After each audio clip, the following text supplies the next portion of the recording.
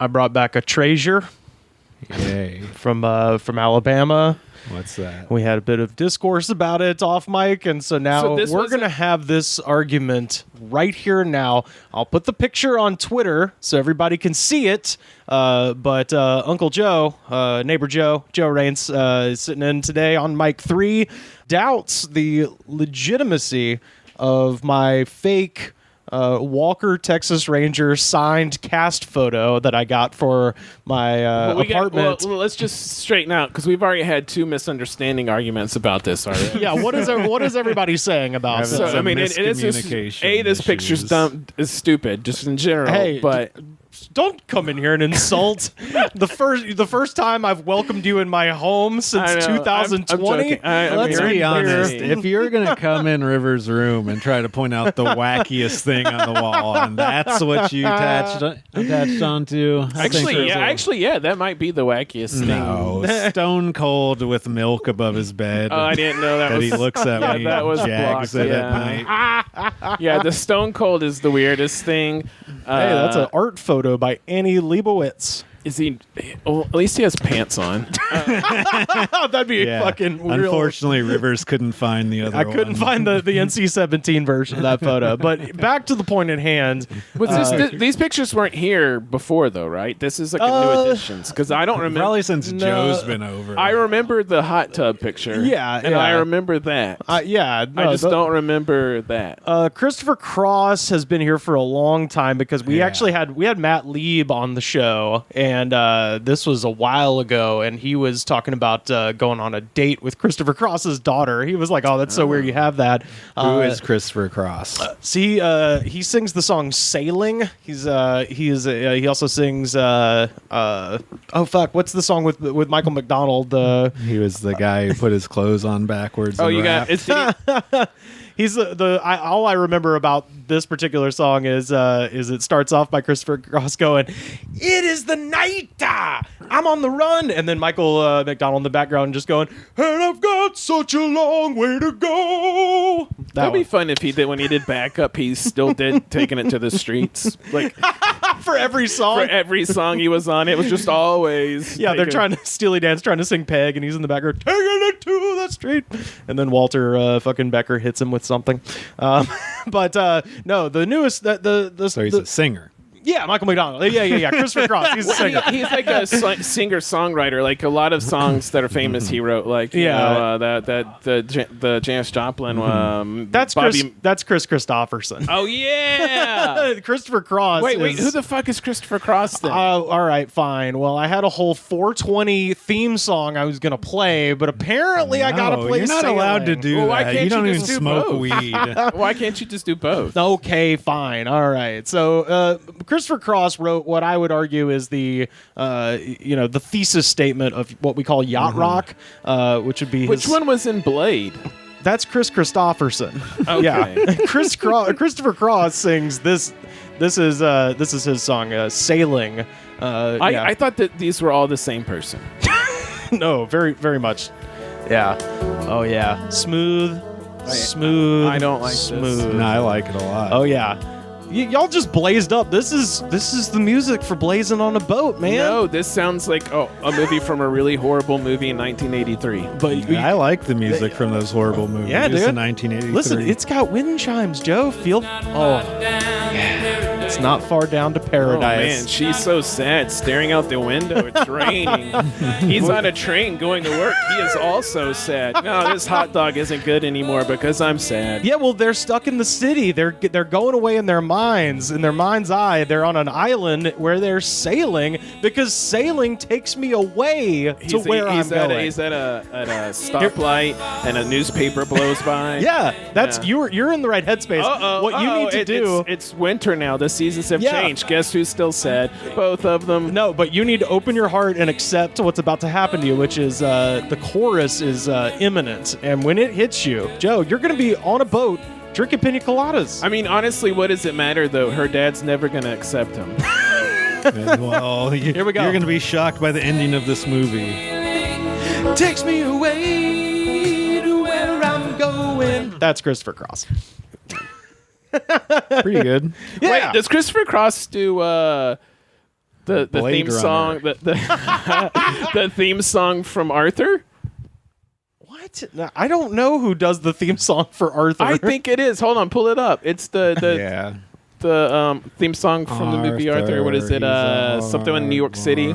He's a cartoon aardvark. No, Arthur the movie with Dudley Moore.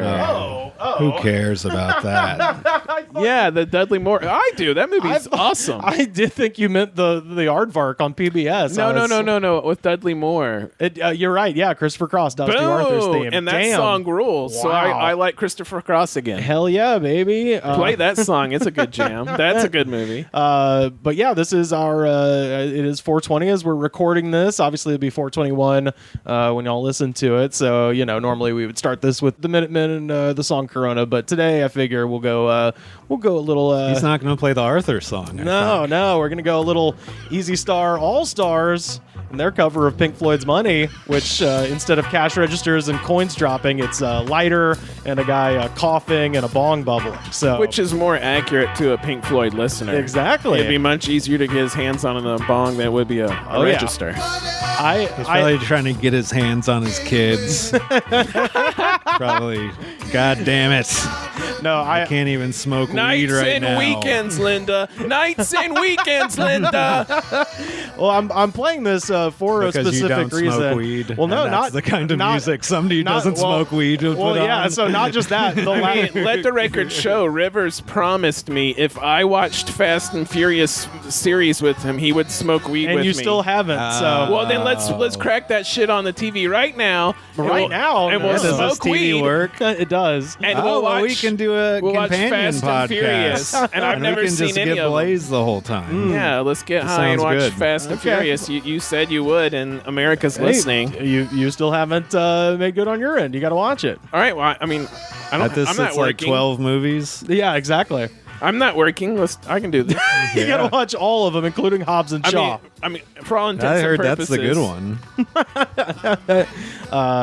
But no, the reason I'm playing this is the last time I did get high was at Bonnaroo 2004, and We all remember it. oh yes, we do. And that was when I actually heard this album, the Easy Star All Stars. I was wandering around, and it was the part of being high that I liked, which is the first 3 to 5 minutes, and I heard somebody playing this. I was like, dude, is this a reggae Pink Floyd, man? Is that where that guy was offering you chicken? Yeah, that was every Bonnaroo. You would always run into one of those guys. My favorite thing was the next year, and I've told the story on the show before, but it was raining for 4 days straight, and on the fourth day, Sunday morning, everybody is muddy and covered in shit, and a man wearing a white tracksuit, just looking immaculate, like he has not been at Bonnaroo for more than 5 minutes, walked up to our campsite and was like, "Hey brothers, I've got," and he started listing every drug known to man. So and clearly, he's a police. He's a cop. Yeah, he's obvious. His shoes were white, man. Excuse me, young people. I have what is known as methamphetamine, a class 2 felony. Would anybody care to purchase that? Maybe from me you know it as illegally? ice or spike. Well, he ended his list by saying, "I got doses, I got nuggets, I got blah blah blah," and then the last thing on the list Would was have been hilarious if he started rapping it and then started dancing and popping and locking. That's the other thing you got to consider here. What if he was just a really successful drug dealer? So successful that he can put on a new tracksuit and pair of shoes every half day at Bonnaroo just to flex. All I'm saying is a really successful drug dealer, if you want to make money at Bonnaroo, get a fish shirt and some jeans, please. But the last thing on the list was he went down the whole list of drugs, and then he goes, "Oh, and also I got Superman double stacks." Nice. What's Superman? Ecstasy, it turns out. But I was being a smartass, and I was just like, "No, we're all good. I bought too many Superman double stacks already. See you later." So and we sent him on his way there. So I can't wait until Rivers is 40 and somebody asks him about getting high and he's going to go, "Last time I got high, Bonnaroo 04. yeah. And He won't. He'll be 2021 in my room. You're never going to watch that fucking shit. I will Come on. if he'll smoke weed. I'll watch it. How much weed are you going to smoke? One hit. Damn, that's fucked up. That's cowardly. Yeah, but I'm enriching your life. We're going to get the 33% THC. Well, Yeah, You're gonna get the slap yo mama weed. Well, speaking of 33, and we only have a bong to smoke out of. And I'm gonna like put drugs in your drink. You're gonna put wax in there, man? Are you gonna hit me with some wax or some of course not. dabbles? We're not gonna dose you. That'd be insane. Who would do such but a you thing? can't. You do have to smoke out of a bong, and you do have to milk it. You know what that means? Yeah, that means I have a big hit. Jerk Only off. one hit, but like Yeah, I mean, you're gonna jerk off after you hit the wedding cake, which is the Ooh. weed that makes you horny. The wedding cake? Yeah. Well, you said you got it's some wedding cake, some lava cake. Well, let me put this on you. You said it's going to be 33% weed. Do you know who died at the age of 33?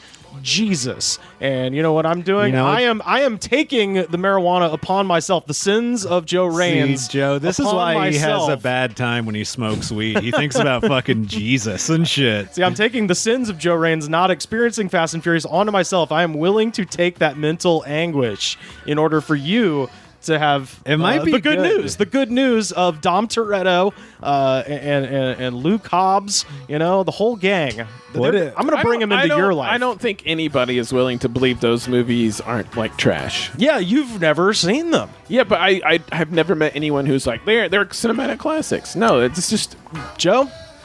They are cinematic classics. See, I think you need to be the Jesus for him. That's right. He's clearly he's gonna you're here. He's gonna put weed in your life, and that's possibly gonna fix everything that's currently wrong with you. I feel great. That's the problem. Well, I am willing to, take this baby and Solomon-like split it right down the middle with you fellas because me and Joe are wrecked. We need an energy for drink today. bad. Honestly, if I smoke any more weed today, I really will be Jesus. So, I may have been overserved. So the energy drink that I've got today, I got this one at a real country-ass store in Alabama. Brought it all the way out here. Is it expired? That's a great. Joe, you're the first person to ask that, and that is a tremendous question. One day we did look at one after we drank it. It was the one that had the sediment in it, and it was the jackfruit. 2 months away from expiring because it gets them at the dollar store. Yeah, well, I mean, when you say it, I got this from Alabama, and I know you've been here for weeks. It's just like, well, dude, yeah, you pulled out some flat soda the other day. Who knows what this one's gonna be like? Yeah, one of our North Carolina listeners said that was probably the case. It was some old cheer wine. They were trying to stick up for their home state soda. And No, I said, I'm with you. I love some cheer wine, but this drink actually has made an appearance on the show before, but I didn't drink it. I brought a buffet of energy drinks to Birmingham and let Birmingham comedians Chris Davis, Narado Moore, and Nick Thomas choose amongst themselves. And the full sugar, fucking completely leaded version of this was selected by Chris Davis, and I was a little bit jealous that I didn't get to try it. So I figured I would bring this and save it for not just our 420 episode, that being the date. We actually just last week passed episode 420 of this show. Wow. If you combine the 392 of the original formula plus all of the Corona Diaries, we're sitting at like 422 right now. So wow. Congratulations, Rivers. Hey, when you started this podcast, did you ever imagine, honestly, did you ever imagine that you would actually follow through to this many? Yeah. Wow. Honestly. Because as soon as it took like 4 fucking years for anyone to listen to the damn thing. But once that started happening, I was like, okay, all right. Yeah. But yeah, this is a hemp derived sugar-free CBD sugar-free energy drink. Like fucking shit. I can already the can actually looks cool. That's what everybody said. It's called Gorilla Hemp. And Chris made the same comment, and Chris is an actual like graphic designer. He was like, dude, this can is actually pretty cool. Yeah, it is. But yeah, I don't like aggressive designs. Like, it's already an energy drink. If you're gonna buy an energy drink, you've already bought tickets to the party. I don't all the extra stuff. It just makes me feel like I shouldn't trust. It looks way cooler than Monster because it's has like a Japanese traditional, almost like dragon goblin face, but on a gorilla head. Yeah. So let's crack this thing, and we'll like it's blue flavored. Like Fish said, ladies and gentlemen, let's share in the groove. Alrighty. It smells like wow. It's a weird color. It is a really weird color. Oh my God! What would you call that? Like bleached orange? I would call that a urinary tract infection. It's like a weird Snapple. Oh man, it's so bizarre. This is what you. This is what you. Which one has the most? You pee when you have to go to the one doctor. All right, it's poured. Happy 420, everybody. Let's get our CBD in. Smells like Red Bull. It does smell like Red Bull. Oh wait, okay. Tastes like Red Bull. Tastes like Red Bull, but with a slight hint of. And when I say this, keep in mind what I'm describing doesn't taste like what it purports to be. It tastes like chocolate soda. Have you ever had that shit? Yeah, It's got that weird. Oh, this is not good. It's got Not that bad. Yeah, I'm fine with it. Tastes like it tastes like Red Bull, but with like saccharin. Yeah. Okay. All There's right. probably K2 in here. I don't taste any CBD though. Yeah, because CBD tastes like shit. It's either like tasteless or I have some original CBD with no flavor in it. Yeah. God. Not good. Makes you want to kill yourself. It's upsetting my stomach pretty immediately, actually. That's actually a good point. I usually don't have that issue, but my stomach kind of hurt. Yeah, I'm not gonna lie. Like immediately, like when your stomach's like, and you have like that ocean cresting feeling in your stomach. Uh-huh. Yeah, like that's. I'm just not feel feeling pain. good. I'm feeling nauseous if I'm being honest. Damn, that sucks. I just feel like my stomach hurts, like physically. Wow. What's what the kind of fake poison sugar in did you- here? I don't like it. So this is a hemp CBD energy drink made with a concoction of plant extracts like guarana, ginseng, and vitamins B6 plus 12. Okay. I guess that's B6 Yeah. and B12. Okay. Yeah, CBD energy drink. Maybe it's B18. What fake sugar are they using? That's what I want to know. you What's the sweetener? Ingredients. You got erythritol. That is the second ingredient behind water. So Is that engine cleaner? a thing I've never heard of. Here's the shocker, though. Any guess as to where this is manufactured? It's hint. It is not Lake Success, New York. It is made in a bathtub in North Hollywood. Pretty close. Beverly Hills, actually. That's where That's where this is made. That's why it aesthetically looks so good and is terrible, actually. Yeah, it's terrible on the inside. So basically, Why are you still drinking? I'm trying to finish it. Rivers is a connoisseur. I made a at this promise to point. myself. Yeah. What was the promise? Not recommended for children, pregnant, or nursing women, persons sensitive to Wow, caffeine. you just dropped it. Well, Done. he's Psycho. not pregnant. Oi, Not yet. pregnant with bad ideas.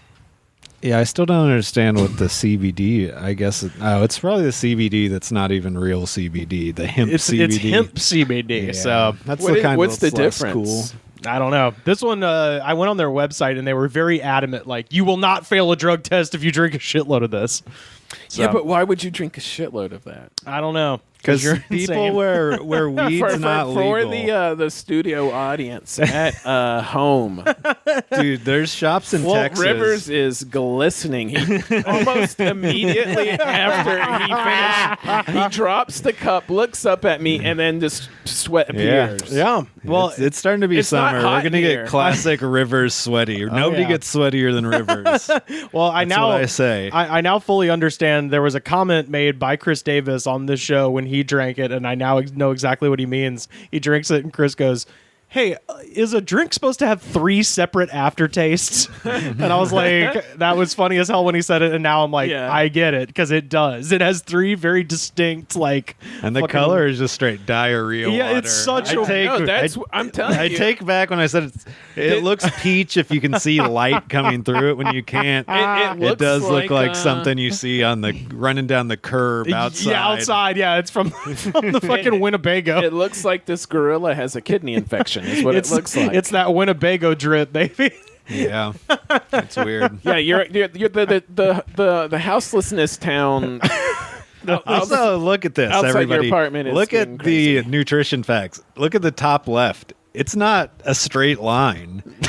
the can is like a bent, I guess. No, I don't. I think it's just printed poorly. Yeah. Well, I mean, this It's seems like a printed like, mom look and at pop. that. They're in Beverly Hills. It's probably like a mom and pop. It's pretty badly printed. Yeah, they're like off by a lot. That does seem like a conversation. Like you would just see this on the table. Like, dude, is this straight, man? I'm so high on him. CBD. I can pass a drug test, but I'm so fucking high, man. And yet I have a shitload of energy. Christmas cider. That's what this looks like. Is Christmas cider? Yeah. Christmas cider fucking is offended by that comment. I was gonna say it looks like a don't kick the cider hive, Joe. It looks like that natural apple juice, but you've let it ferment under your bed because you're in college and you can't buy actual booze. Right. Here's my question is like I'm tasting it again and like why is the carbonation feels foamy? That's what carbonation is, right? It's the CBD, man. I don't know. We've never got to talk about one of the things I've wanted to bring up for so long. Oh, yeah. The Reign energy drinks. The ones that you just enjoy. The private stock. Yeah. The stuff Rivers drinks not on the podcast. Not for the podcast, my private collection. Gross. They started sponsoring things. Such as low-level MMA fights. Oh, sure. Yeah, absolutely. And one of the new fighting sports is slap fighting. Yeah, I saw Ric Flair judged one on over the weekend. And Reign is a big sponsor for the Slap Fighting League, which is a Missouri-based. Slap fighting? It's just what it sounds like. It's imagine a table like this. Yeah. Two guys stand across from each other. You can't. Your feet have to be like parallel. You can't take like a punching stance. Yeah, and you have to just swing back. You get 3 counts, and on the third one, you fucking slap the shit out of the other guy. You know how like in boxing or MMA or something, you can defend yourself? You can't at all in slap fighting. Yeah. You just have to stick your chin out and take it. You're saying slap. Yeah. I was hearing slat. Slat fighting? Yeah, no, I was like, were they hitting each other with wood? With slats of wood? No, they're slapping the fucking shit out of each other. Oh, I have seen that, yeah. Yeah. And, yeah, man. Who was it that got knocked down doing that with the Ric Flair judging there? I didn't see that one, but it's everybody. That's the crazy thing. You can't defend yourself. You can't move out of your way like in every other combat sport. You can defend, you can move. This one you can't. I would say this probably wouldn't be a sport. It's just slapping each other. It's an endurance competition. It's crazy. It's not, if though. If you consider this a sport, then you think arm wrestling is a sport. Yeah, definitely. But the dudes hit each other so hard that they'll KO each other. Yeah. Like, they'll knock each other out. But, in boxing, how if you can't get up by the count of 10, you quit? Yeah. They have a count of 60.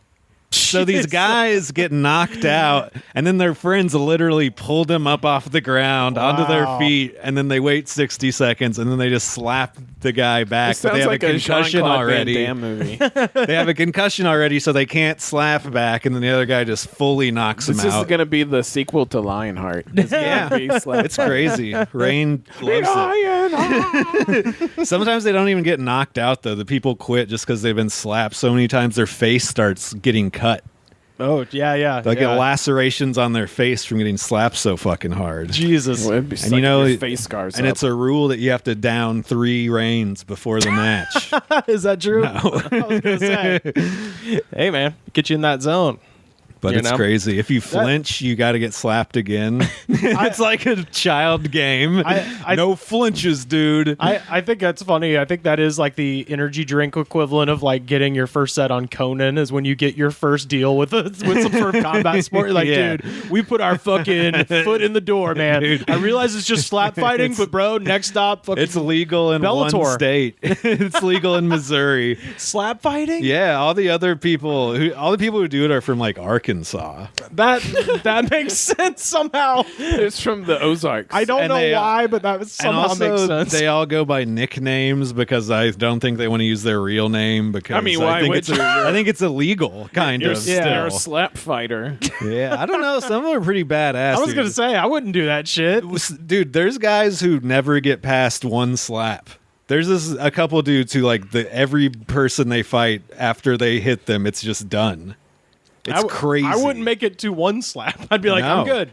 I don't need this. I don't need this in my life. I just don't. want to do that. Yeah. It's a fucking man sport, and that's why none of us would do it. Exactly. It's a fucking real man sport. I don't need it that bad. I'm good. I'm really solid. Exactly. Yeah, I'm full of. That's why it is a sport. I'm full of gorilla CBD. I feel like if you work for an energy drink company and you're like, what sports would we want to sponsor? I just feel like what people love energy drinks. It's like, well, which one are the guys with like the big bellies who scream a lot? Like if they have like just lots of My screaming family? dude, if they have lots of just shirtless screaming dudes, that's the one we want. Yeah, that makes sense. We were talking about the Chuck Norris real quick. Okay. Yeah, we've got the signed Walker Texas Ranger. So what you're saying is you think? So what I'm saying is I think photocopy. once upon a time, Charles Norris and Noble Willingham and the guy who plays Trevette and the guy who plays Alex, I can't remember their names at the moment, but Sherry Wilson and Clarence Gilliard, who was also in motherfucking Die Hard too. Yes, he's the computer guy. Yeah. So I believe at one point he was signed, also in Matlock. I don't know if you knew that. I believe at one point these four all signed a photograph, and then that photograph she was in Matlock too. Holy shit!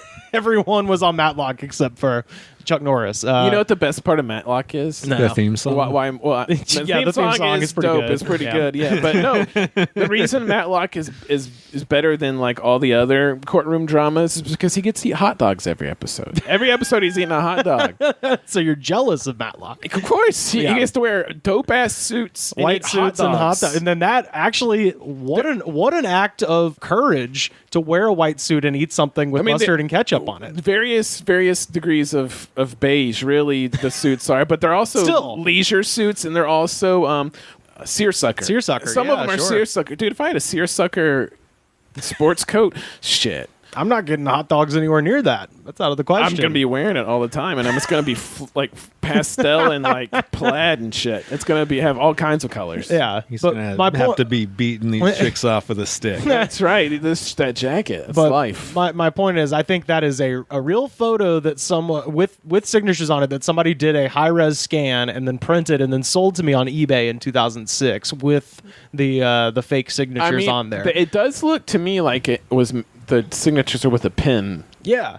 Like I said, I think it's probably a 1-to-1 ratio. I think these are forged signatures. You think they're forged? Somebody went to all that trouble? Yes, and I don't think it's a ton of trouble. Oh, yeah. You see that like he's got a microscope and he's like, doing many attempts at this. That's why I'm saying clearly you look at the Chuck Norris signature. Yeah. It's completely signed out with no like little... everybody's signature has like a squibble on it or something, or shorthand. About how his looks like a 4-year-old did it. The only way somebody's signature looks like this, even if you're trying to do it fast, which would be even more reason it wouldn't be written all the way out like this. It looks like either a person's doing this it isn't their signature, or it's a child, or Chuck Norris is functionally illiterate. Well, you're gonna be pretty shocked because here is that doesn't look the same. No, that doesn't look the same. It doesn't look the same. The U is different. The C. Why is the C all wobbly? He doesn't know how to make his own fucking signature. The thing is, even if he did 100 of these in a row, it still wouldn't account for like, am I doing this right? Stop. Am I doing this right? Stop. I've been in this room hundreds of times, and I've seen it, and I've really just thought, and I never really thought about it.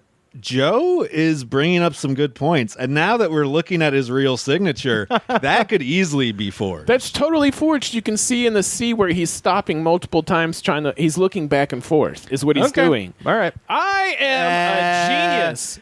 Joe has created a reasonable doubt in the minds of the juror. I will say it is a distinction without a difference because both of those things. Up front said it was Mr. fucking. This makes it funnier. Smarty Pants, let's bring up all the actors. No, he's right. We have to now. Because this could prove him wrong. Now that you wanted to get it on the record. About that. I love this. Because to me, I forget the two actresses, or the actor and the actress on the left. Those look like they were done by the same person. Yeah, those two signatures. This one does look. You can still buy the exact same thing on eBay right now. Of course you can. Yeah, I'm because sure. they forged them once, and I then bet they the went one to that Kinko's. I bet the one he's doing then now, it probably is better. I wonder how many he sold. It's exactly Let's the look same. up the reviews for this guy. No, look at this photo and tell me if it's not exactly the same. That means it wasn't signed. That means it was printed. Did you guys watch that documentary about the guy who famously forged 400 paintings? Yeah, the murder among the Mormons. Yeah, you know what? I think we've stumbled upon the Chuck Norris. No, I think I've just proved myself right by showing you that they are selling the exact same photo. It's identical in every way. That doesn't prove that you're right. That doesn't prove you're right. It proves that he made copies of the forge. Okay, then that's the same goddamn thing I was saying. No, you said that was originally signed by Chuck Norris. Yes, that is completely different. You're on It's a photocopy. Either way, it's a photocopy. Well, you both agreed on that in the beginning. Distinction without a difference. No, it's a complete difference because our way, Chuck Norris has never touched it. I didn't say he ever did. I said he might have signed that photo in fucking 1995. But that's not even true. That's what we're saying. You're saying he might have signed this. Not that one. I'm saying there's so much money to be made forging it. Represent my original argument correctly, please. That you say this is Chuck Norris's signature, but that's been photocopied. Yes. Okay, I'm saying this is a forgery that's been photocopied. Yeah. Okay, then that is literally what is a happened. distinction without a difference. What the fuck does that mean? Because what you were saying is that this forger, or at least what I understood you to be saying, is that this forger printed off this photo and personally signed every one in a fake signature. Yes, I'm saying some person. What I'm saying is those signatures had a blank picture at one point of this, signed it, with different and pins. they just made with different pins, and just see what I thought. This is all this. What I thought you were saying is each one of those would have been a unique forgery, which is no. But okay, now that I understand what you're saying, I will still say it doesn't matter because either way, it's you could fake. sue this person. For what I spent $6 in $8 in 2006. This was made with two different pins. These two the same, same agree. type of pin, and then these two are the same type of pin. Yeah. Okay. Rivers, you got fucked. No, we literally are saying the exact fucked. same thing. Oh, I thought you meant in this argument. I was like, no, we arrived at the same. I'm talking conclusion. about you got schemed and scammed. I knew that going in. I just thought it would be funny to have. The thing is, you got double wrong. You thought this was a copy of a proper signature, when clearly it is a copy of a crime. No, why didn't you become a lawyer, dude? No, what I'm attempting to investigate. I was gonna be a lawyer when I was a kid, but then my dad took me to a this after school, so you want to be a lawyer, here's what you got to do thing. And this guy started listing off all this work, and I was like, You're just the charismatic guy who makes good arguments in the fucking courtroom. I don't want to do the work. I just want to go in there and be like, what am I arguing? Oh. Yeah. All right. Well, let see me do what that. like I said, what I thought and he went in with no evidence. Yeah. Literally no evidence. Convinced the one juror that's here. I mean, this wasn't very hard. This is clearly. Yeah, but what you were positing, he's a fucking veteran cop. What you were positing, clearly a forgery. Your Honor, as an expert witness, I would like to say that it is without a shadow of a doubt the work of a forger. All right, but what you were suggesting is that it would be. I would see your point. Say this was a picture of Michael Jordan or Brad Pitt or something, but what you're suggesting is that it would be so difficult to acquire the signatures of Sherry Wilson, Clarence Gilliard, Chuck Norris, and Noble Willingham that someone would go to the trouble of forging it. Whereas what I'm saying is they have think of how many. When did you get this? 2014. 2006. So think of between then and now how many he's sold by people like you are just like, hey, this is kind of funny. Probably 50. Yeah, not that to 100. Yeah, 50 to maybe. But 75. that's the thing. This is a 10-cent investment. But by the information he's just given us of when he bought this, how do you recall how long it had been up when you bought this? Because I clearly, in my mind, at the time he bought this was off of the Conan O'Brien's resurgence. Yeah, exactly. Of that, 100%. Yeah. When he was doing the Walker Texas Ranger cut. Yep. So I think this is just some guy who watches Conan who's like, I'm just going to print this picture out. I think we can all agree at this point. I think this is a printed out picture, correct? Yes. So how hard is it with a good we printer? Can all agree. with a good enough printer and a basement and probably his mother's, that his guy's probably just printed out like 20 of these 10 years or 20 years ago and just signed it, and he's just left eBay up and is just selling them randomly. This is probably like his cigarette money. Yeah, probably so. We'll toke up. It's 420. Yeah. We're gonna smoke in here. Man, I wonder. Yeah, we should. I wonder what other forgeries he's done. Oh, probably just. Well, it's a whole website where you can get the cast of Supernatural. He has a website of like not famous people. Yeah, of autographs. Yeah, the cast of Friends. It's a good niche because he knows anybody who would buy this is so weird that they're not going to fucking care. Yeah. I know what I'm getting Joey for his birthday. Cast of the Waltons signed. I mean, I don't know who's in the Waltons, but I mean, I have a lot of Golden Girls, Love Boat. If the Golden Girls, I don't care if it's fake or not. I have so much open wall space in my apartment. Yeah, so you know where I'm at then. No, yes, but I would. Rivers, you have little wall space. No, but in 2006 I didn't. I would know going in that was never a legitimate signature. I think it is.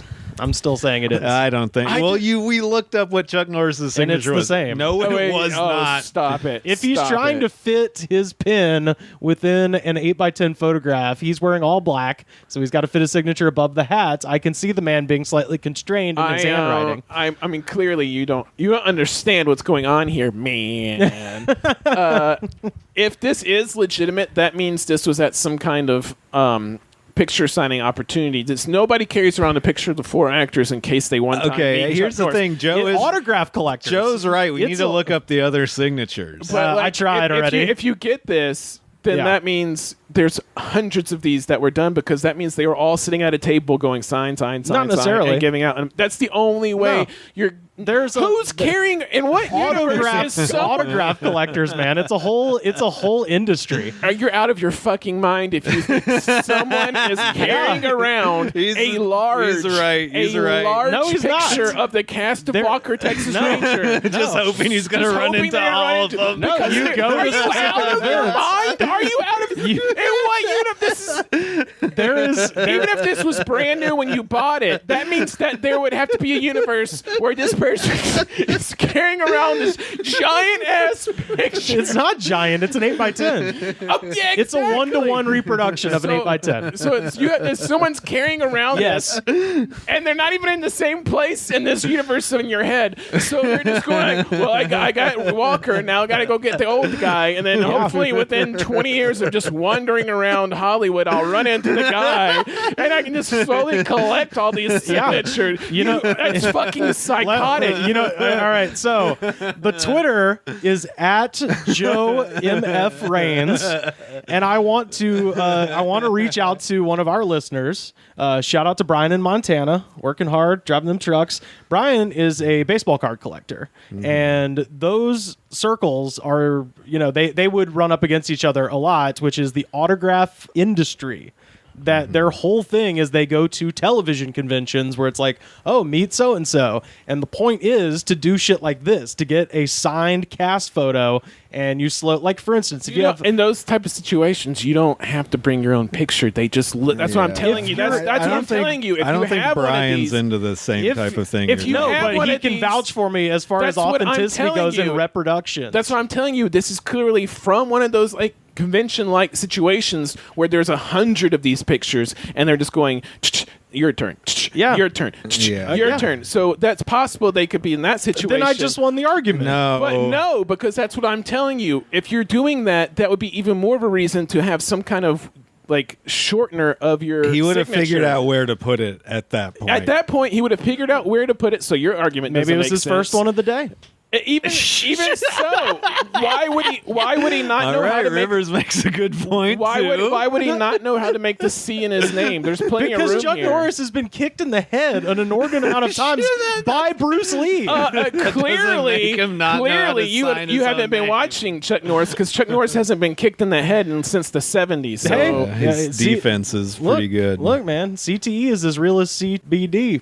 I mean, the whole point, the whole thing is, if he's signing all day, why is he still completely doing the whole name out so long? That is a very good. That's point. how he writes his name. Because most people, the signature you showed us, it's shorter. Because he was writing it on a car. The situation Joe's talking about, in which they would write 100. He's not going to do the elongated. It would kill his that wrist. big a space. It would kill his wrist to do that many times. The last part of his name looks like he's doing a project for like third grader when they have to learn cursive. Like nobody signs and like that. That's why I think it's a bad reproduction, and that's why the little dip on the top of the C is off. That would make more sense. It's a copy of a legit. Yeah, copy of a copy. Yeah. What I said at the beginning. He's saying they took his actual and just photoshopped it in there. No, they did their own reproduction of it with pen. Yeah. Okay. Which is that was what I said. Not only it's not. It's not. You fucker. And thank God this is recorded. Yeah. So everybody can go back and listen to the record. Not only did you got scammed, you got double scammed, Rivers. And Joe was here. Joe is here. I've enjoyed this photo for years via the power of marijuana.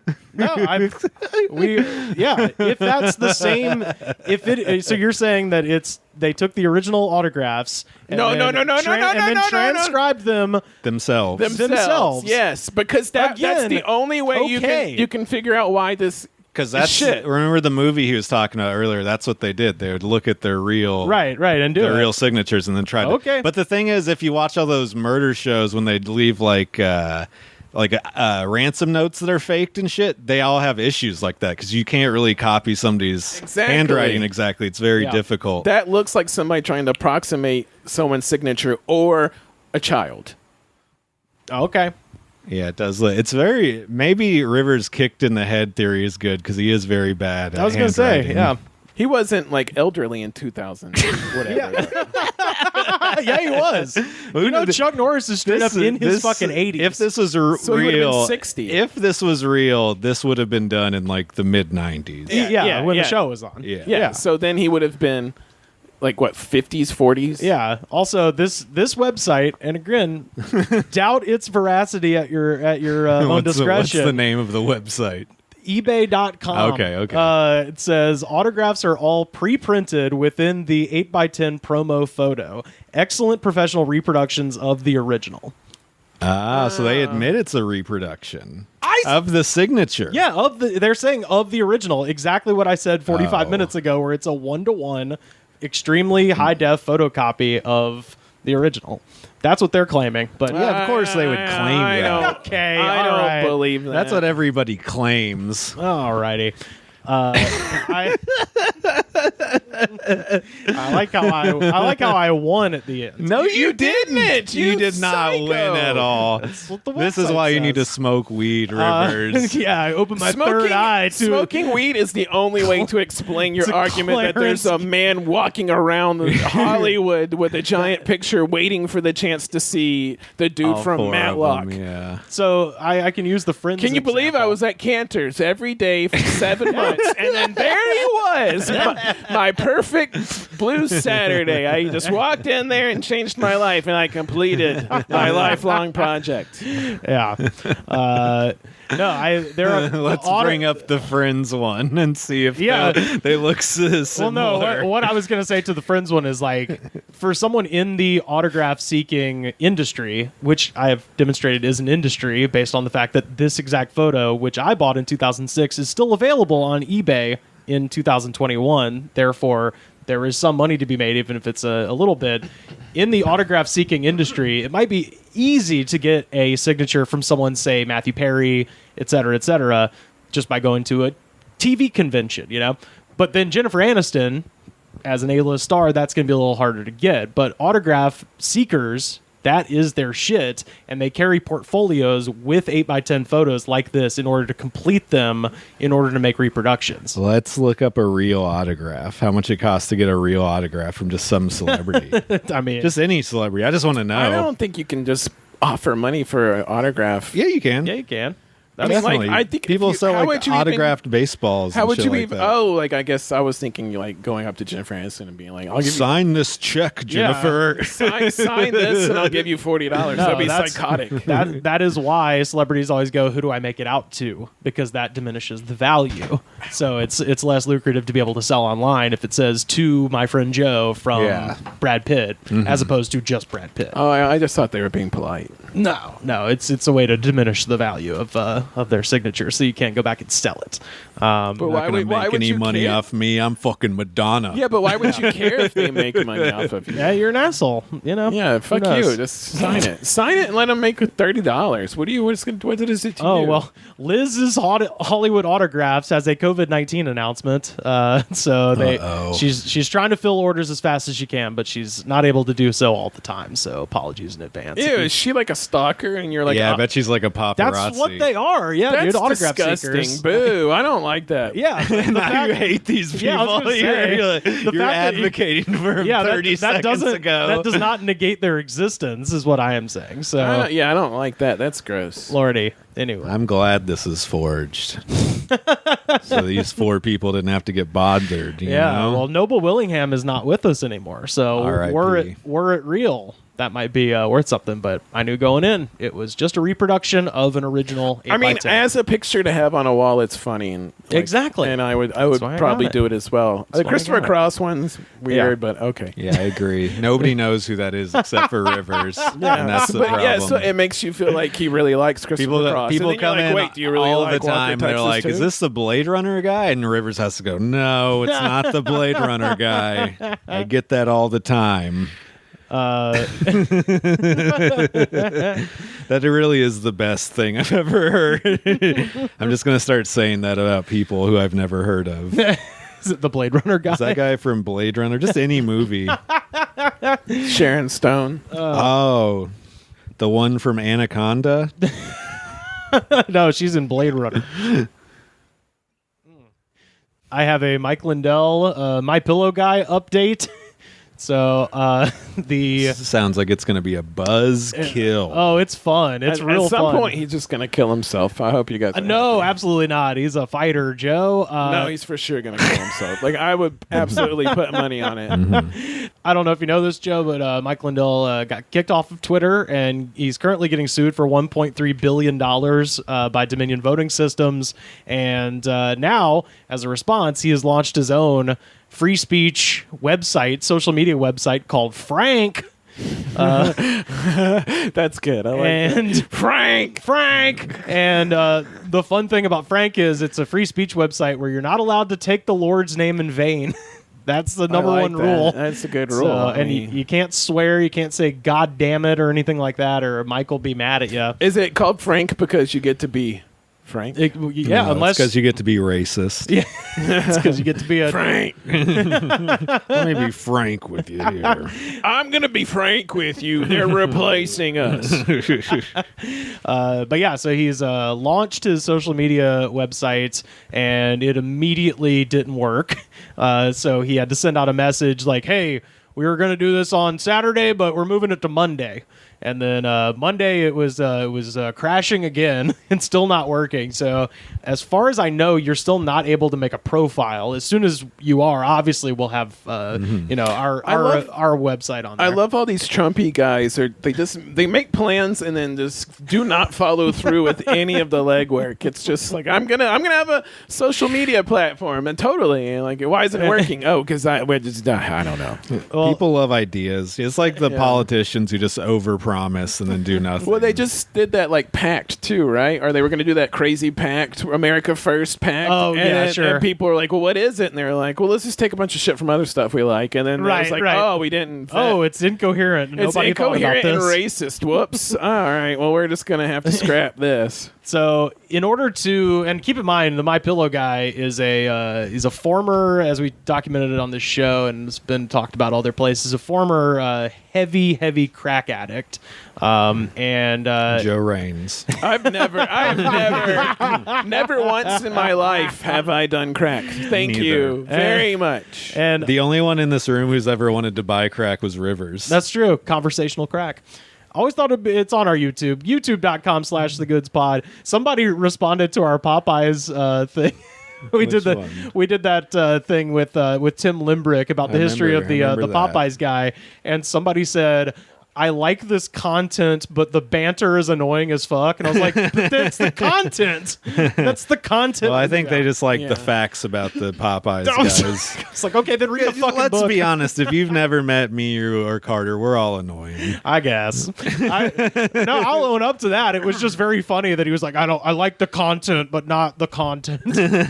Maybe he just wanted information. Yeah. He didn't want us I should redo a version where I just read the thing I wrote in a very dull voice. But people might like that. He just the facts, man. Yeah. ASMR, NPR style. You have to change comedy articles. Yeah. The Popeyes guy tried to get an indulgence from the Pope. What would be your NPR name? Oh, that's a good question. I mean, it would just be Langley Rivers, because everybody in NPR has like two last names, as I do too. So just flip it around. But anyway, point is, go to our YouTube, youtube.com/thegoodspod, and check out the clip where I talked about how fun it would be to just have a bag of crack on the coffee table just to see what people did. Leave, probably. Today's the day, Joe. That's what I was trying to tell him. Nobody would think it would be funny. They'd all just think it's a bummer, weird. Man. If you walk in and you saw cocaine on somebody's counter, you'd be like, well, he likes to have fun. I used to have if crack just think about how funny it would be to walk into a room of, like me, somebody you've known for a long time that's not a crackhead, and you just see a jar. Well, you would think you were a crackhead. Yeah, exactly. Get out of here. No, he's not. He's not wrong. A lot of things would start to make sense, frankly. if I can be frank. He's smoking crack rocks. Faked autograph shit. Your delightful urge to just drive to nowhere places for no reason. That's crackhead behavior. What? No, man. They stay on the stoop. That's meth head behavior. Crackhead's so afraid to leave his stoop. How you love to talk to strangers who are scary at open mics.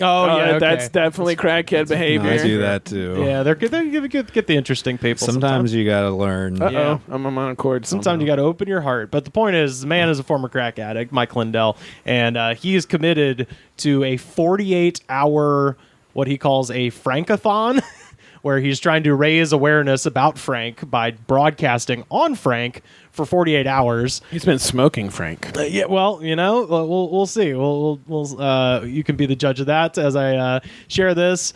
Technical issues prevented users from creating accounts, like I said, and Lindell attributed these server errors to a quote-unquote massive attack. So it wasn't just that he hired a bunch of shitty programmers. It was they're jealous of his Frank. They're jealous of the Frank, so they hacked the Frank and they destroyed the Frank. And to be frank, it's really frustrating. And he posted this on Parler, so I love that he's still using other social media things to say this. Why is he creating his own thing if he's on Parler?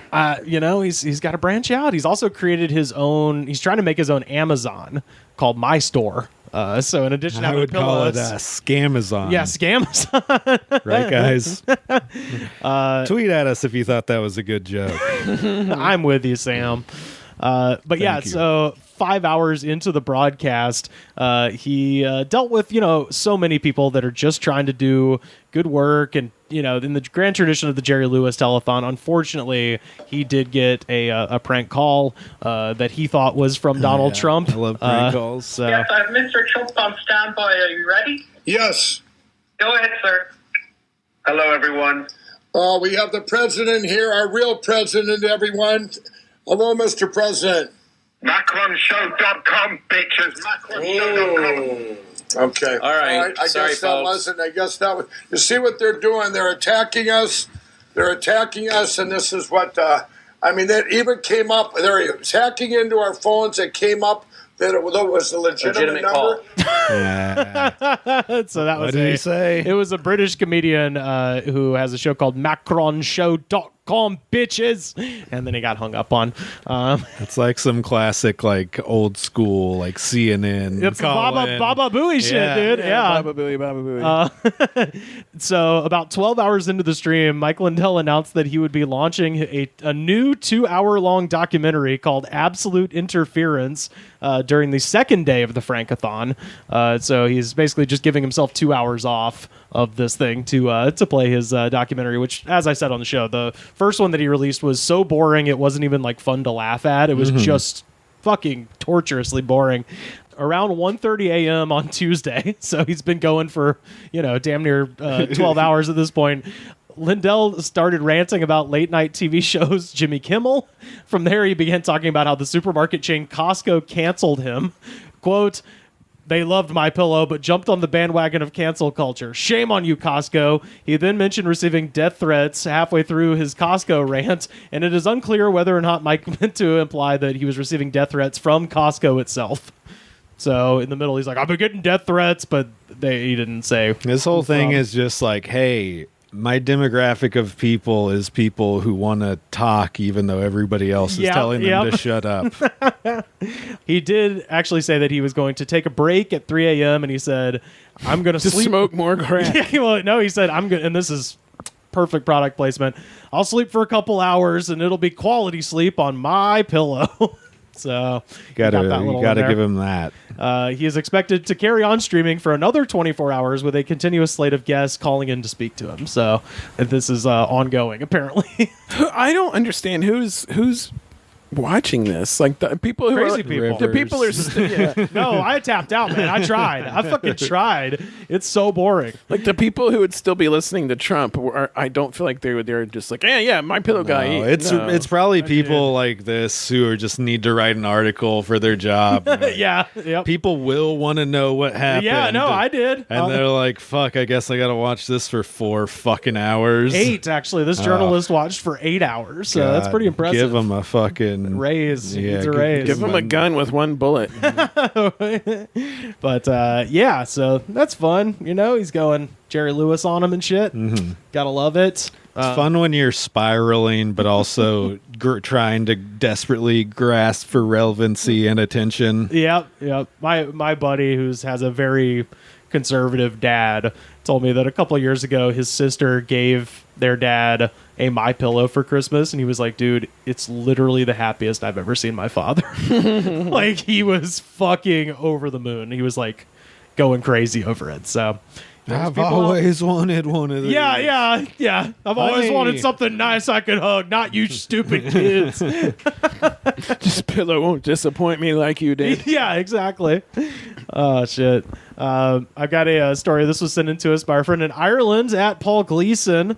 This is from Jacksonville, Florida. According to a Jacksonville police arrest report, 34-year-old Edith Riddle was arrested on Thursday. And first of all, she's my age, and she's named Edith. I like that, though. It's kind of old school. I like it. She was probably raised by grandparents. Yeah, possibly so. But yeah, she got arrested Thursday. The report stated that Riddle had just left the vice principal's office at DuPont Middle School in Jacksonville with her daughter after meeting about the 8th grader's, quote, hostile outbursts at another student. And instead of leaving the campus after the meeting, police say Riddle and her daughter walked out of their way to go through the school cafeteria and right towards one of the students. It was there that the 12-year-old reportedly engaged the victim in a fight, which broke out quickly. So she basically walked her daughter to go kick this girl's ass. Like, was just like, let's take care of it. And by 12:14 p.m., a teacher reportedly made a frantic call for help over the school's PA system after witnessing the fight from afar. Moments later, a school safety officer rushed to the scene but was shocked by what he saw. After pushing the victim to the ground, Riddle's daughter had thrown several punches of her own, but instead of breaking things up as most parents would, Riddle actually stepped in and joined her. Nice. So yeah, I mean, if you hit somebody's kid in Florida, they might, Well, no, they assaulted her. Yeah. It was just you don't know what if your set kid that up. assaults somebody in Florida, you might join in. I feel like this story had a beginning that was like left out. Yeah, left out where like maybe the kid was bullying her daughter or said some shit she shouldn't have, and then the mom was like, "Let's go." So they can't this. divulge that. I'm sure. By the time the school safety officer had arrived, the victim was laying on the floor, covering herself in defense, as the 34-year-old mother allegedly rained down blow after blow. Meanwhile, a crowd of onlookers began to form around them, and some students even pulling out their cell phones to record the shocking incident. So yeah, this is online. If slap fighting was legal, this could have all been avoided. Or they should have gone to Waffle House and settled it there. That's how you handle it in Florida. Is you go to Waffle House or McDonald's, flagpole or bike rack. Or Yep. Well, here's the crazy part. The arrest record stated that the school officials noticed Riddle was wearing a boxing glove when she entered the school that day. Damn. And that the mother had claimed that it was, quote, super glued to her wrist so she couldn't remove it. So that adds the weirdest prism to this whole story, which means that they met with the vice principal, and this woman just had a fucking boxing glove on her hand. The woman or the child? The woman, the mom, showed up to the school with a boxing glove super glued to her hand, met with the vice principal, and then went and, like, beat up a child. They knew it was going down. That shit happened the day before. Yeah, but imagine... the girl that got beat down said some shit she really shouldn't have, and then the mom was like, "We're gonna handle this. We're gonna show that girl what's up," and then they just went and beat the fuck out of her. That's probably true, but they had a meeting beforehand. Imagine you're the vice principal and some fucking crazy lady walks in with a boxing glove. Well, I mean, she clearly had already made her mind up of what she was going to do, so she was probably quite pleasant in the meeting. The principal was like, "Well, I think this is awful, and you should stop this." And then the mom's like, "You know what? She hadn't put on the glove at that point." The vice principal's probably like, "Why are you putting super glue around your wrist?" No, I have to. It's a medical thing. Yeah, it's a medical condition. I can't wear a mask. I have to wear a boxing glove. I have fungus on my fingernails, and this is helping me. That's kind of nice, considerate of her to put on the boxing glove. Yeah, she didn't want to kill anybody. Yeah. She was teaching lessons. It's such a bad idea, though, because she's going to get in so much more trouble than she would have got. She couldn't be like, it was in the heat of the moment. Yeah. Yeah, that was pre-planned. Yeah, absolutely. First degree assault. Yeah. And child abuse, too. She also got charged with child abuse because she was punching a 12-year-old. I mean, somebody had only to. the school safety officer is allowed to do that. That's right. Only the police can do that. Yeah, exactly. So the other little news story that basically everybody who listens to the show sent me this morning, Ted Nugent announced that he has COVID. Nice. Shocking. Yeah. I thought you were going to say that he had a rap album coming out. No, that's his son. I know, but I thought that would just, I don't know why. I just assumed it was going to be a father and son rap album. God, I mean, I would be sick. I would pay to hear that. The new just doing guitar licks, and then there's like a bass beat, and then it's his son talking about autumn leaves. Yeah, he's talking about autumn. This is the worst thing you've ever made me watch. I do think Rocco is somehow responsible for Ted getting COVID, although Ted did admit he's like, yeah, I went to Florida, I played a show there, I went to hunt in some place in Texas. Like, he'd been to like 3 states, and then he came back, he's like, I just felt like shit the last 10 days. It's crazy. Unfortunately, he will live through this. I think he's going to be the guy who's like, you can beat it. He's already that guy. I mean, he's already been inoculated for cat scratch fever. That's true. Yeah. Well, so that brings us, obviously, to our final segment, the jam of the day. Cat scratch fever. It was down this or Wango Tango or Stranglehold. Ted has ever smoked pot in his life? He's that famously a teetotaler. Yeah, that was his whole thing. Is he? I remember in his VH1 Behind the Music where they very much gloss over the fact that Ted Nugent adopted a 17-year-old to fuck her. He's a good dude. I didn't know that at all. Oh yeah. He went to Hawaii and fell in love with this 17-year-old girl, and his parents were like, "Well, you got to adopt her." So he adopted a 17-year-old Hawaiian woman to fuck her a bunch. What happened? Did they fall out? They had differences. It turns out when you're 17 and you marry a fucking 40-year-old rock star in the mid 80s, That's why his music sucks. Is because he doesn't do drugs or alcohol. Well, He famously that and he fucks teenagers. Yeah, right. Well, he's a pedophile. They just kind of moved past it too. And behind the music, they're like, "Oh yeah, by the way, this happened." And you're like, "Whoa, go back." Hey, VH1's owned by the same record label. Yeah, I'm sure conglomerate. if you talk to Ted Nugent about it, he'd be like, "Oh yeah, I adopted her so I could have sex with her. Yeah, this is the 80s. Yeah, Legally, nothing happened. Yeah, he would just like smile at the camera because he's a fucking dirtbag. Oh yeah, totally. He turned down a joint from Jimi Hendrix. That was one of the stories he told on the Behind the Music. He's like, Jimmy offered me this joint. I was like, no way, man. And I think he said he got drunk at one time when he was a teenager, and he came home. He was like, I came home to my dad smelling like PBR, and he beat the shit out of me. And you're like, okay, well, that sort of explains it a bit. Yeah, explains a lot. Story. Yeah, cool story, guy. But yeah, this is. I don't like drinking because it reminds me of PTSD that I've never dealt with. But yeah, I went down into the comments of YouTube on Cat Scratch Fever, and here's what I got. Raya from 1 year ago. What I got is a sick guitar solo. Hell yeah, dude. Yeah. Raya from 1 year ago. When the kids get scratched by cats, this is what played. Oh my God, shut the fuck up. And I was like, how often are your kids? Yeah. Like, it seems like this happens a lot, the way you've worded this. If you just said one time one of my kids got scratched by a cat, but it says when the kids get scratched by cats, multiple. So they probably have like a shitload of cats. Yeah, they're one of those cat families. I assume they're like, that's the kids, case, go but- play with the cats. I assume that's the Probably case. made the joke and it was like, let me go to the YouTube page and then write this pristine joke on there and share it and with maybe the the world. kids were like, we like this song. Let's get scratched by cats more on purpose. You know what's really gross is if you listen to him, he hunts like every day. Yeah, that's his thing. And he eats everything he kills. How much fucking meat is in this guy at any point in time? He's got to have like a... How's how fucking disgusting and bloated and full of like doo-doo this guy is. If you eat shit like that all the time, it's fine. It's when you start trying to eat healthy that you can't eat like shit anymore. Yeah. This is a message. If you eat healthy, keep doing it. If you eat like shit, keep doing it. Yeah. It's when you go back and forth. That's the problem. This is true. Ralph James from 4 years ago. Fucking Uncle Ted rocking our dicks in the dirt. Hell yeah. I love when my dick's in the dirt. Yeah. Ralph. Have you ever met a sane Ralph? No. Ralph. The Sly Fox from 1 month ago. No drugs, just 100% mental instability. What a man. What a song. God. So This guy's crazy. we love how he nuts said he is. so. This one's real confusing. Delphine Sabori from 1 week ago. It's Coolidge politics. Theodore Hendricks.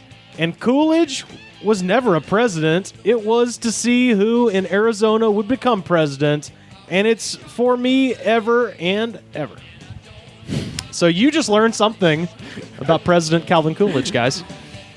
What in the actual fuck is wrong? Joe, you haven't done one of these before. People like huffing gas. It's the thing they like to do, and they like to type. It's the thing we found out. I just don't. I think you were talking to me about this the other day. I think it really is people who just go on there to be like, I'm gonna put something crazy on there, and they're gonna think I'm a real guy. This is hilarious. But it never works except for this show. No one ever likes these or responds to these. That's the thing. That should tell us something. Yeah. I remember when the devil was in my butthole. High school was great. I still maintain that those are the worst kind to read because it's just like, all right, that was crazy. Okay. That guy's either mentally ill and we're assholes, or that was just a waste of everybody's time. Logan Singbush from 6 years ago. Get made fun of, and me and my friends love him. He's the best song ever. Best song alive. We love him. It's like just a side of illiterate, like Charlie from It's Always Sunny in Philadelphia. Right, Pepe Silvia. I'm going to go rebel on the comments of YouTube. Music good. Big time with beer. Friends alley truck. 9th grade. Best good time. Best good time ever. He Rise Todd. I love that screen name. What about Todd? He Rise. every day. Rides or rise? Rise, like he's risen. He rise, Todd. Damn. 1 month ago. The white stripes are better than this thing. This individual.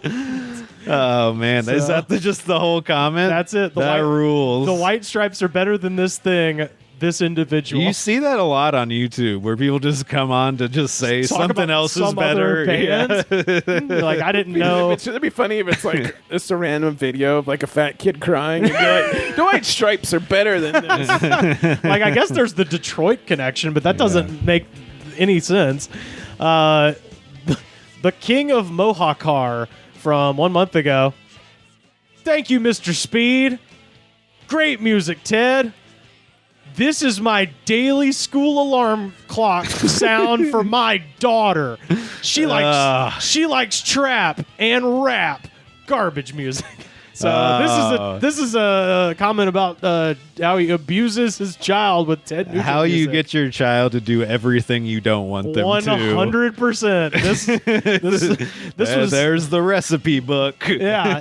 There's only one recipe, and that's it. It'd be like any explanation of your childhood with that as a story is just insane. Well, like, how did you wake up every morning? Oh, my dad would play Cat Scratch Fever by Ted Nugent really loud every day. Thinking about my childhood, it's hilarious how many parents who are just like, what's my kid into? Oh, I'm not into that. Fuck that. What they're into sucks. They should like what I like. It's just like, oh, wait. Rap, more like crap. Yeah. I say to my kid every day. I have to like everything you do or it sucks. This might be my favorite screen name ever because it's just so evocative, I think.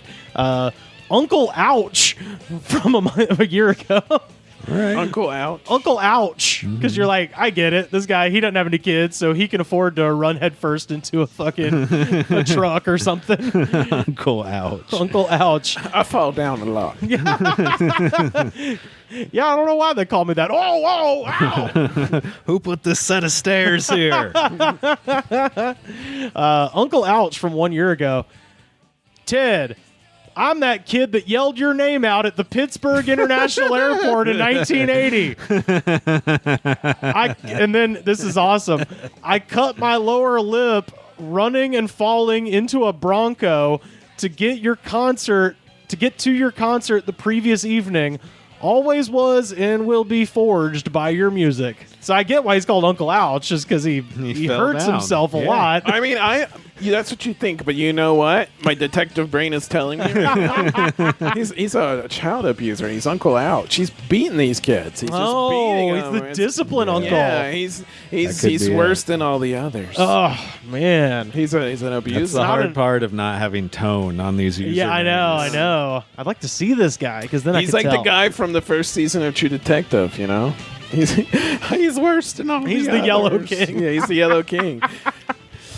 He's the Yellow King, and he was forged in Carcosa, to be accurate.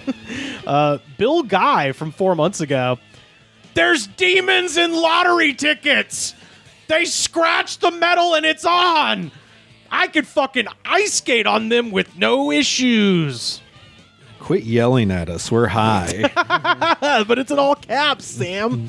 What was the name of that? There used to be a comic from Atlanta who had a funny joke about demons and lottery tickets. No, a guy who would write his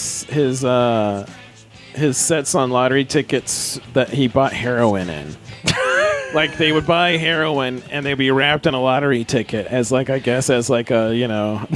you can hand it off without it looking like heroin. I guess, or just as a you could buy heroin from Rivers, or you could buy heroin from me and get a heroin and a lottery ticket. Hey, it's not scratched? No, I think it was like it was a real lottery ticket. It was like a real lottery ticket. And then I was going to say, you can spin the dice twice. That's exactly right. With heroin and gambling. I don't know why I brought that up, but it was a funny joke when it wasn't sad, I guess. The pitfalls of telling someone else's joke. And be like, also, I don't remember how it went. I don't even remember the joke. Sabrina Heisey from 8 months ago. 10 years ago, I was working at a Tim Hortons, and Ted came through the drive-thru. I was 14 at the time and had no idea who he was, LOL. But then he told me who he was. This is when I know this is real. Because you're like, I'm Ted Nugent. Yeah, and they're like, who? How old are you? Middle school? Yeah, Great. there's that too. It's like, You wow. want me to adopt you? I can be your Uncle Ted. Ted Nugent hunts people for sport. Oh, yeah, Absolutely for sport all the way. He has his own compound. I guarantee you, he lets homeless people, houselessness people, loose on his compound, and he hunts them. He has a blonde soul patch. That's what that means. Yeah, that's what that indicates in the manhunting world. The blonde soul patches are the most ferocious. That's hunters. like how you've caught. Yeah. Like you can't get the soul patch till you've actually murdered another human in sport. So that when you get the patch, it's like a scalp. Absolutely, people know you mean business. He knows the most dangerous game. He has caught the most dangerous game. So it's like a teardrop tattoo. Yeah, that's right. Yeah, it's a blonde soul patch. Yeah. He told me who he was and asked if I wanted a demo. And then shout out to Sabrina. This is great. I declined and later told my dad what happened, and he was devastated. So was he devastated because he didn't get the demo, or because Ted Nugent was trying to fuck his dog? I was about to say no. He was devastated because he didn't get to be Ted Nugent's stepdad.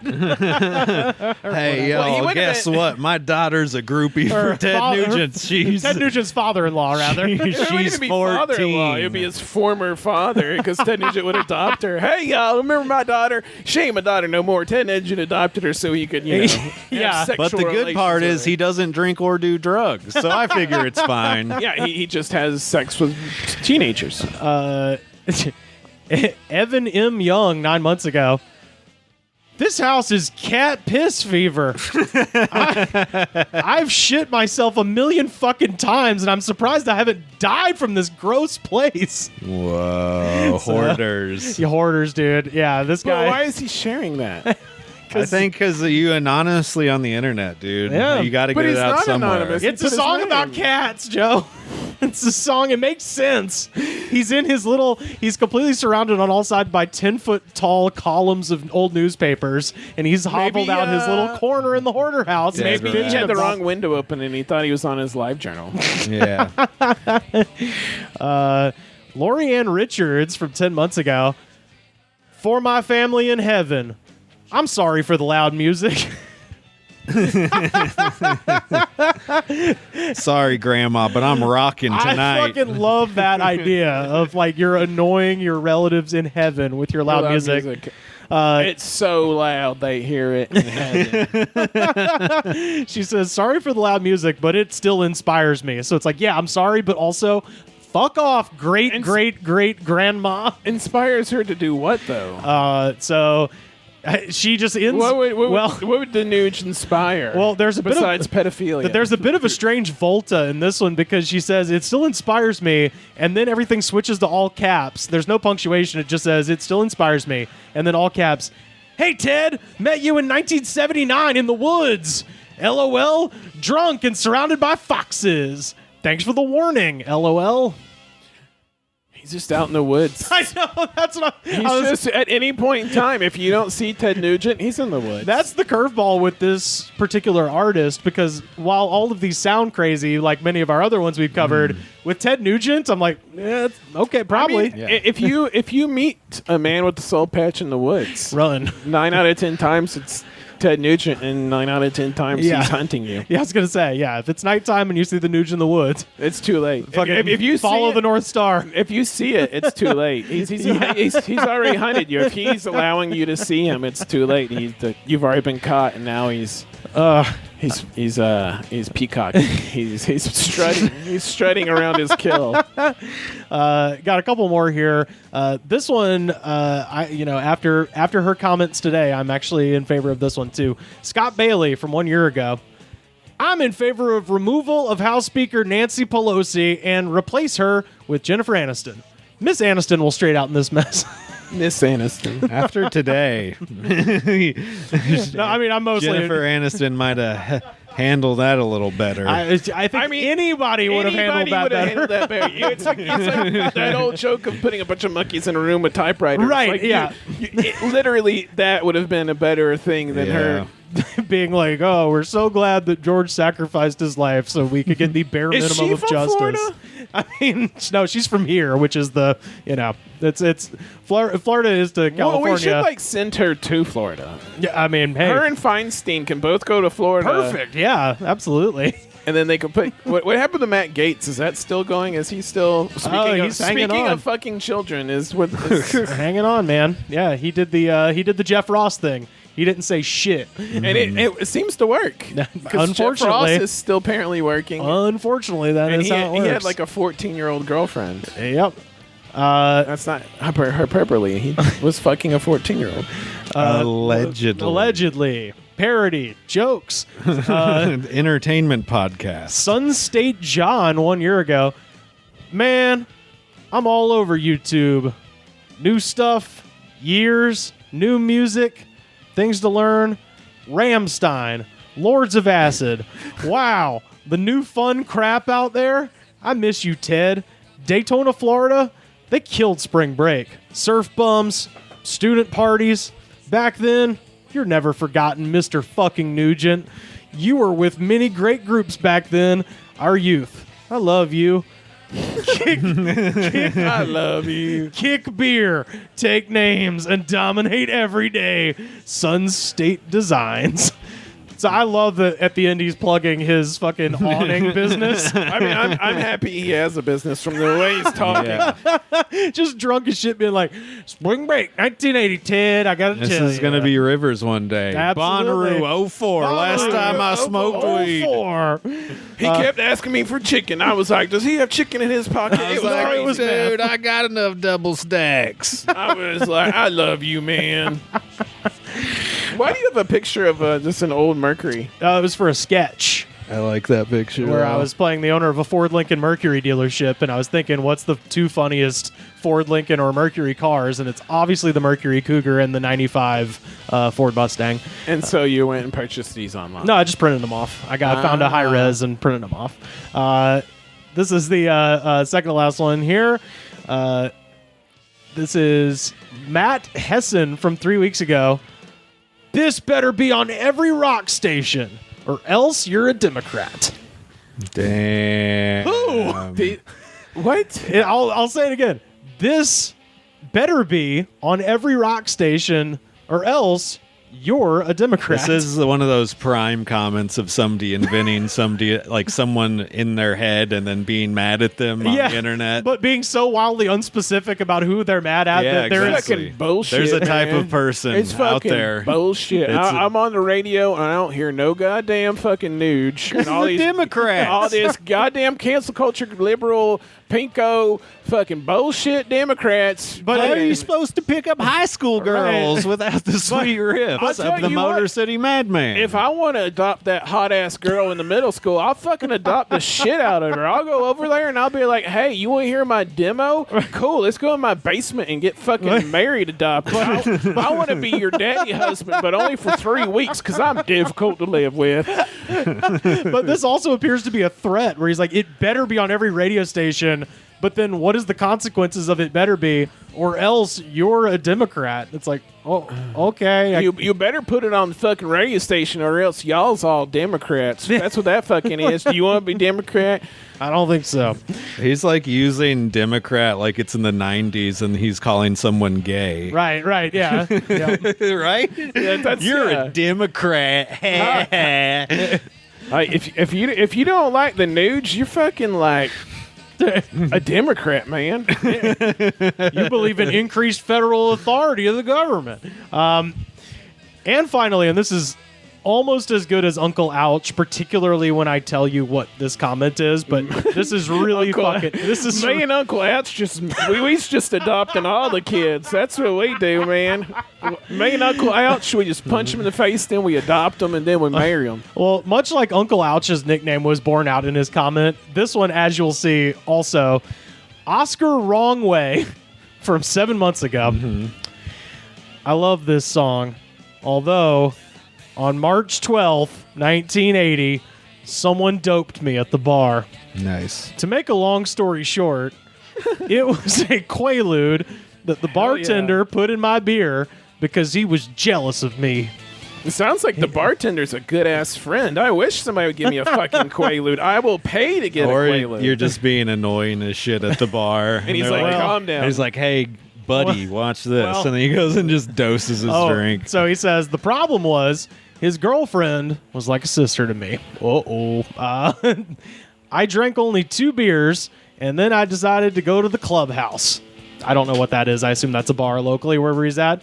Or a strip club, maybe. Maybe so. Or maybe the clubhouse is like where they all go to have sex with their daughter or girlfriend. Well, so the bartender's girlfriend, she wanted to ride up with me for a little bit and see my brothers.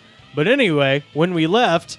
Why is he putting this? I swear I don't. This is so involved. My favorite is he goes to make a long story short and then proceeds to write a fucking incredibly long story. When we left, I got out... When I went out, I got in my 79 Rally Sport Camaro. Fuck yeah. All I remember is the song Cat Scratch Fever coming on the radio when I started up the car. But like I said, I'll make a long story short. I ended up taking her back, and I left there, and apparently I was headed home. I lived in Mount Juliet, Tennessee at the time, and I got on Interstate 40 going the wrong way, and I hit a tractor trailer head on. I should be dead today. I totaled my Camaro and also the tractor trailer, but yet I still love this song. So he's built his whole identity around going the wrong way on an interstate. Oscar wrong Hitting way brain damage. and hitting the goddamn truck. He probably has traumatic brain injury. Like sure. every day he thinks it's that day. Oh yeah. No, there was a guy at my school. They call me wrong way. Yeah. Why? Did you live your life the wrong way? No, I literally went the wrong direction on Interstate 40. And I like how he's blaming his drunk driving on the bartender giving him the Quaalude. Yeah. I mean, obviously, I probably had 8 or 9 beers, but I was dosed, y'all. I would Any never wreck my alcoholic car. worth their salt has used the "I was dosed" excuse before. How did you get so drunk? Hell, man, I only had 5 drinks. There's no way I was that drunk. He dosed me. I must have been dosed. That bartender at the bowling alley was jealous of me. He's clearly lying. This is the bullshit you say when when you've just crashed your car head on into a semi. I had a friend who was living in Riverside, and he flipped his car and like damaged a whole lot of public property. And he swore to God he was public property. What did he run into a fucking bleacher at a football stadium? No, like he hit like a light pole, another person's car. Okay. Like he did some damage. Public and private. It was a hodgepodge, and a little bit of both. Swore up and down, right up until for a decade plus that. He was completely sober, but he also told all of us at the time how much he loved taking acid and just driving around. And so he'd be like, man, I did do that, yes. But at this point, I was sober, I promise. And it's like, but you drive on acid. But this time I wasn't. And this time I was sober. And it's like, fuck you, dude. There was a kid who went to my school, and I'll say his name was Mike, and his whole thing was he would go, I'm Mike. I got hit by a Bronco. And would always say that he got hit by a Bronco because apparently he got run over by a Bronco at some point. So. Horse or car? The horse would be hilarious. I'm also a time traveler from 1850. He's got like a hoof print permanently on his body. His face is shaped it's shaped like a horse. 78.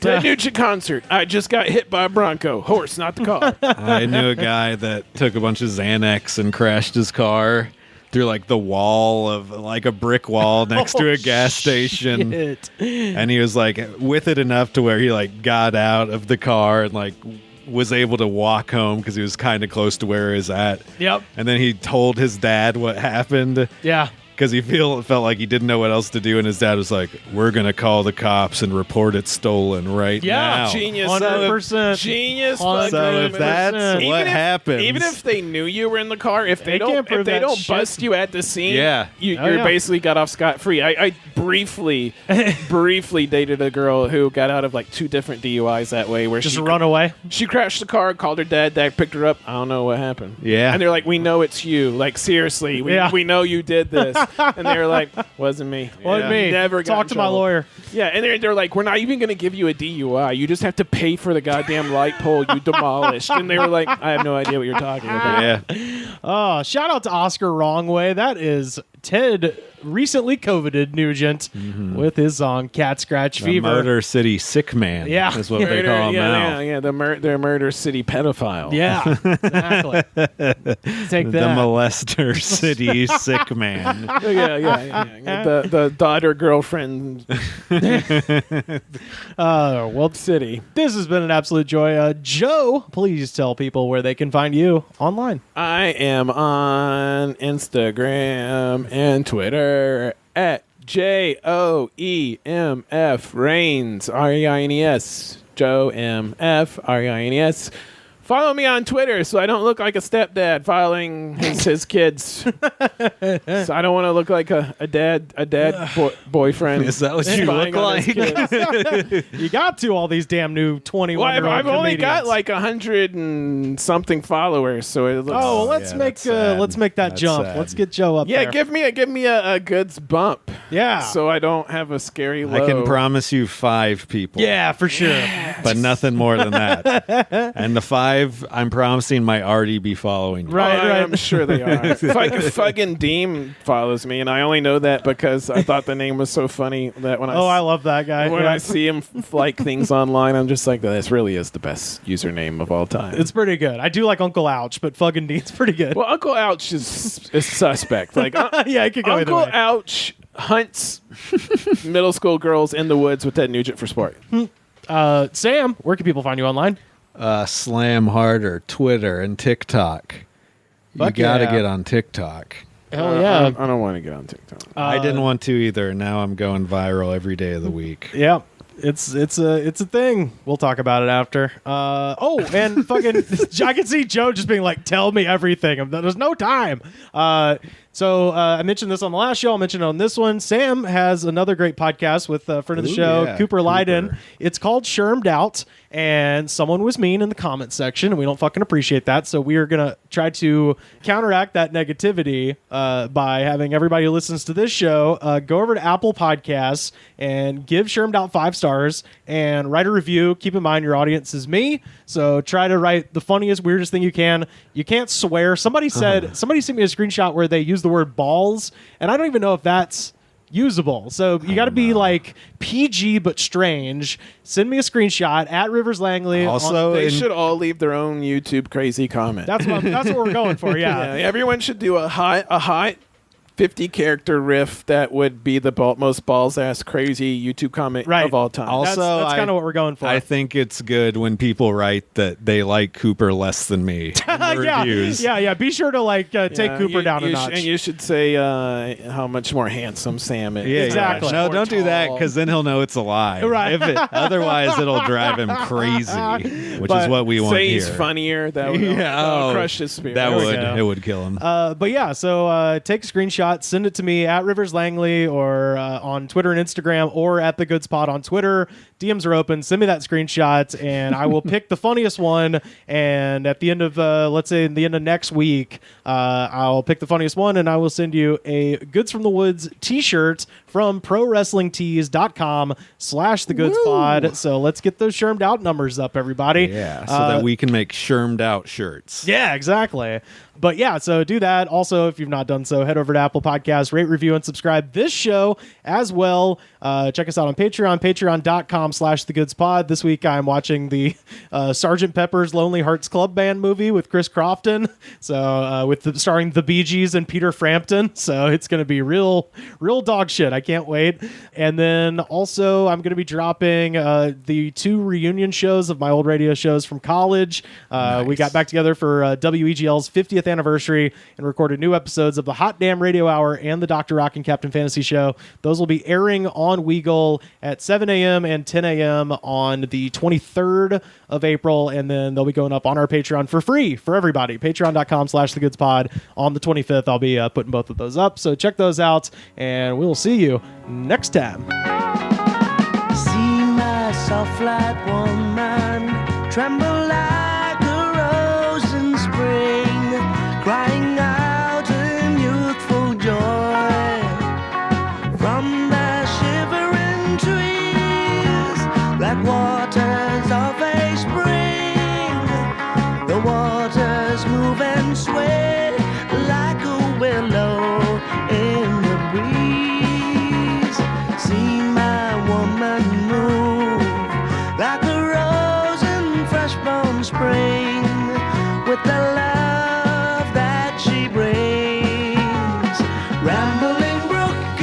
side of the inn. And on the wood I carved the girl of my dreams. And Rambling Brook, Rambling Brook, Rambling Brook, Rambling